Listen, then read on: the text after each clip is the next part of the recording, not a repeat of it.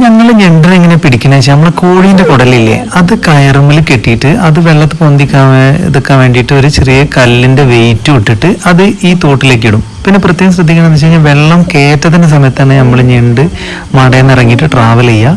അപ്പൊ അതിനെ ആ സമയത്ത് നോക്കിയിട്ടിട്ട് ഒരു പിടിക്കും.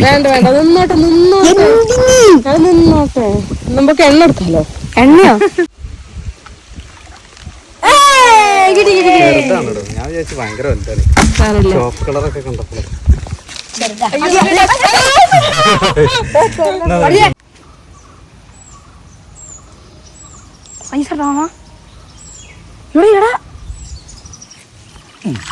ഇതാണ് നമുക്ക് കാണിച്ചത്.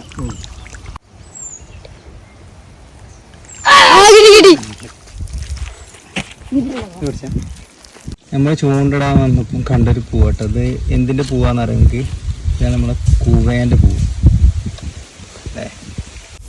അങ്ങനെ ഇന്നത്തെ ചെറിയൊരു ഞണ്ടുപിടുത്തൊക്കെ കഴിഞ്ഞ് ഉച്ചക്ക് കറി ഉണ്ടാക്കാനുള്ള ഞണ്ട് ഞങ്ങൾക്ക് കിട്ടിയിട്ടുണ്ട്. വലുതിനൊന്നും കിട്ടില്ല, എന്നാലും കുഴപ്പമില്ല.